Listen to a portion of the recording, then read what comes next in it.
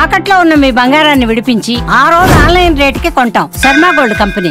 Welcome to Suman TV. అబ్బా, metro rail ఛార్జీలు మళ్ళీ పెంచిర్రా. గవర్నమెంట్ అయితే జనాన్ని దోచుకుంటుందిరా. ఈ అమ్మ మామూలు ఛార్జీలా మళ్ళీ పెంచితే ఏంద్రాబా ఈ బాధ, ఏంది దారుణంగా ఉంది పరిస్థితి అనుకునే వాళ్ళు మీలో ఎంతమంది ఉన్నారు? మెట్రో రైల్ ఛార్జీలు పెంచితే తప్పేంటి? నా ప్రశ్నకి మీరు సమాధానం కూడా అడగొచ్చున్నాను. మెట్రో రైల్ ఛార్జీలు పెంచాల్సిన అవసరం ఉంది. ఎందుకంటే ఒక్కసారి మెట్రోలో ప్రయాణం చేసిన వాళ్ళు, రెగ్యులర్గా ప్రయాణం చేసిన వాళ్ళని అడగండి.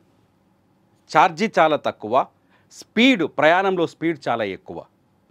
ఉప్పల్లో ఎవరైనా మెట్రో రైలు ఎక్కితే రాయదుర్గంలో దిగడానికి కేవలం 60 రూపాయలు మాత్రమే ఛార్జ్ చేస్తున్నారు.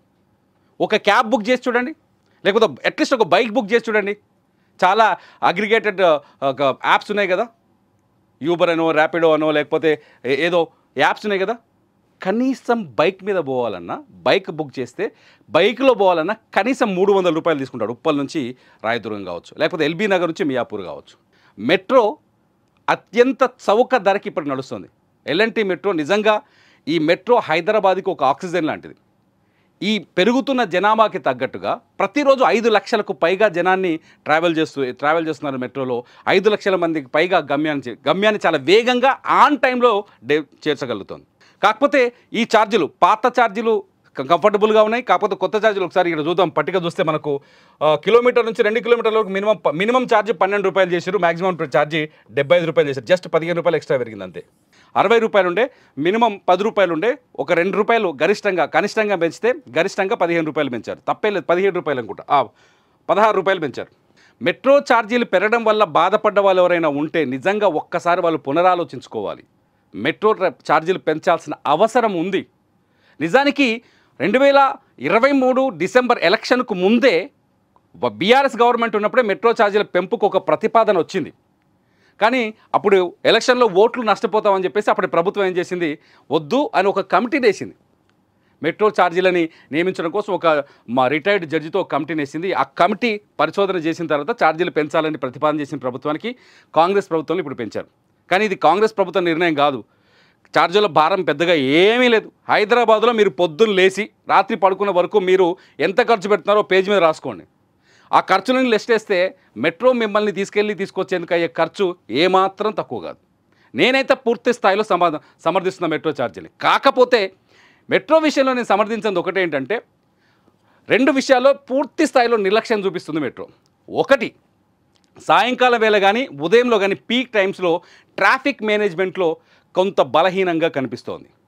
ట్రాఫిక్ మేనేజ్మెంట్ నిజంగా సాయంత్రం జూబ్లీ హిల్సో, లేకపోతే ఇక్కడ రాయదుర్గో, లేకపోతే ఈ ఏరియాల నుంచి అమీర్పేట్కి వచ్చేందుకు అక్కడ ప్రయాణికులు తీవ్రమైన ఇబ్బందులు పడుతున్నారు. స్టేషన్కి వచ్చిన తర్వాత కనీసం 45 నిమిషాలు వెయిట్ చేసి ఒక 8 ట్రైన్స్ వెళ్ళిపోయిన తర్వాత కానీ ట్రైన్ ఎక్కలేని పరిస్థితి ఉంది. దీన్ని ఎలా సాల్వ్ చేయాలనేది మెట్రో ఆలోచించాల్సిన అవసరం ఉంది. ఛార్జీలు పెంచడం తప్పేం కాదు. రెండోది వచ్చేసి, ఆ మెట్రో ఇప్పుడు 3 బోగీలనే నడిపిస్తున్నారు, దాన్ని 6 బోగీలు చేస్తామనే హామీ మొదటి నుంచి ఉంది. నాగ్పూర్ నుంచి తీసుకొస్తాం, చెన్నై నుంచి తీసుకొస్తాం, లేకపోతే ముంబై నుంచి తీసుకొస్తామని మెట్రో మొదటి నుంచి చెప్పుకుంటూ వస్తుంది. ఈ హామీల్ని వదిలేసింది మెట్రో. ఇవి చాలా ముఖ్యమైన విషయాలు. ట్రాఫిక్ మేనేజ్మెంట్ ఎంత క్లియర్గా ఉంటే మెట్రోకి వచ్చే ప్రయాణికుల సంఖ్య కూడా పెరుగుతుంది. నిజానికి ఇప్పటికున్న లెక్కల ప్రకారం, మనకు అందుబాటులో ఉన్న డేటా ప్రకారం, మెట్రో చెప్తున్న డేటా ప్రకారం రోజుకి 1 కోటి రూపాయల నష్టం వస్తున్నట్టుగా కొంత మెట్రో చెప్తోంది. ఈ 1 కోటి రూపాయల నష్టాన్ని పూడ్చుకోవడానికి ఇప్పుడు ఛార్జీలు పెంచుతున్నట్టుగా కాదు.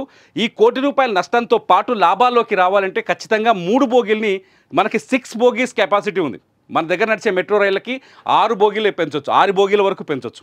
గతంలో మొదట ఎప్పుడైతే ప్రధానమంత్రి మోదీ మెట్రోని ప్రారంభించారో అప్పుడే చాలా స్పష్టంగా చెప్పారు. సో ఆ 6 బోగీస్ వరకు కెపాసిటీని పెంచితే ప్రయాణికుల సంఖ్య కూడా పెరుగుతుంది. First of all. రెండో విషయం ఏంటంటే, ప్రయాణికులు చాలా సులభంగా ప్రయాణిస్తారు, ఎటువంటి ఇబ్బంది లేకుండా ప్రయాణిస్తారు. ఇవాళ కూలీ నుంచి మొదలు పెడితే సాఫ్ట్వేర్ కంపెనీల సీఈఓల వరకు మెట్రోలో ప్రయాణిస్తున్నారు. ఒక మామూలు కూలీ నుంచి మొదలు పెడితే సాఫ్ట్వేర్ సీఈఓల వరకు మెట్రోలు ప్రయాణిస్తున్నారు. భవిష్యత్తులో ఈ మెట్రో ప్రయాణాన్ని ఆదరించే వాళ్ళ సంఖ్య పెరుగుతుంది. ఎందుకంటే వేగం, హైదరాబాద్ అభివృద్ధి చెందుతున్న నగరం. రోజుకు 4 లక్షల మంది జనాభా ఈ హైదరాబాద్కి వచ్చి బతకడం కోసం వచ్చి హైదరాబాద్లో చేరుతున్నారు వివిధ ప్రాంతాల నుంచి. ఆంధ్రప్రదేశ్ కావచ్చు, తెలంగాణ కావచ్చు, మహారాష్ట్ర కావచ్చు, కర్ణాటక నుంచి కావచ్చు. రోజుకు 4 లక్షల మంది, మినిమం 4 lakhs మెంబర్స్ వస్తున్నారు హైదరాబాద్కి. విస్తరిస్తుంది నగరం. ఔటర్ రింగ్ రోడ్ కూడా దాటిపోయినాయి కాలనీలు. భవిష్యత్తులో రీజనల్ రింగ్ రోడ్ వరకు కూడా విస్తరించే అవకాశం ఉంది. మెట్రోని విస్తరిస్తోంది ప్రభుత్వం ఆల్రెడీ. ఇప్పుడు పాత ఏదైతే ఫలక్నుమా వరకు ప్రాజెక్ట్ ఉందో దాంతోపాటు కొంపల్లి వరకు ప్రాజెక్ట్ని పెంచే అవకాశం ఉంది. దానికి ఆమోదం తెలిపింది. హయత్నగర్ వరకు ఆమోదం తెలిపింది. ఆల్రెడీ శంషాబాద్ వరకు ఆమోదం తెలిపింది కొత్త ప్రాజెక్టుల నిర్మాణానికి. కాబట్టి మెట్రో ట్రాఫిక్ మేనేజ్మెంట్లో కూడా కొంచెం దృష్టి సారిస్తే బాగుంటుందని నా ఉద్దేశం. ఎవరైతే మెట్రో ఛార్జీని పెరగకూడదు అనుకున్న వాళ్ళు ఉంటే నన్ను తిట్టొచ్చు దీని కింద, కానీ పెరగకూడదు అనుకునే వాళ్ళు ఉంటే ఖచ్చితంగా మీ కామెంట్ చేయండి ఎందుకు పెరగకూడదు. పెరగాలి, పెరిగితే తప్పు లేదని నాలాగా వాదించే వాళ్ళని ఉంటే మీరు కూడా తప్పకుండా కామెంట్ చేయండి. నా వాదనని బలపరిచే వారికి నేను ఖచ్చితంగా థ్యాంక్స్ చెప్తా. చూస్తూనే ఉండండి సుమన్ టీవీ.